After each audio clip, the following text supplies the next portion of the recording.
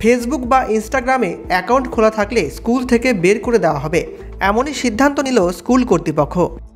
Instagram, Facebook, টুইটারে যদি কারো অ্যাকাউন্ট থাকে তাহলে মেয়েদের আর স্কুলে আসতে হবে না, তারা বাড়িতে বসে শুধু ওই করুক। স্কুলের হোয়াটসঅ্যাপ গ্রুপে ছাত্রীদের কার্যত হুঁশিয়ারি দিয়ে মেসেজ করলেন স্কুলের প্রধান শিক্ষিকা। সেই স্ক্রিনশট ভাইরাল হলো নেট মাধ্যমে, আর এই নিয়ে জোর আলোচনা বাংলা জুড়ে। অনেকেই ম্যাডামের এমন পদক্ষেপকে একেবারে উচিত বলে মনে করেছেন, আবার অনেকেই ব্যক্তি স্বাধীনতা নিয়ে প্রশ্ন তুলতে শুরু করেছেন।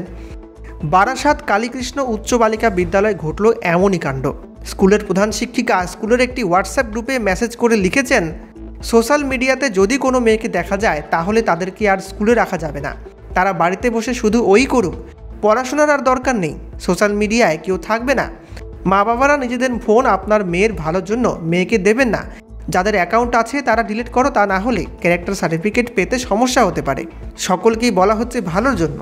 প্রধান শিক্ষিকার এমন মেসেজ বার্তা ইতিমধ্যেই ভাইরাল হয়েছে নেট মাধ্যমে, আর এই নিয়ে তোলপাড় বাংলা।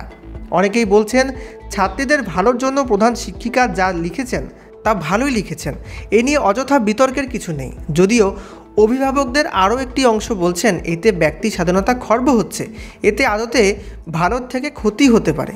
যদিও এই বিষয়ে স্কুলের প্রধান শিক্ষিকা বলেছেন স্কুলের ছাত্রীরা তার মেয়ের মতো, তিনি তার মেয়েদের ভালো চান, সেই কারণেই তিনি এমন মেসেজ করেছেন।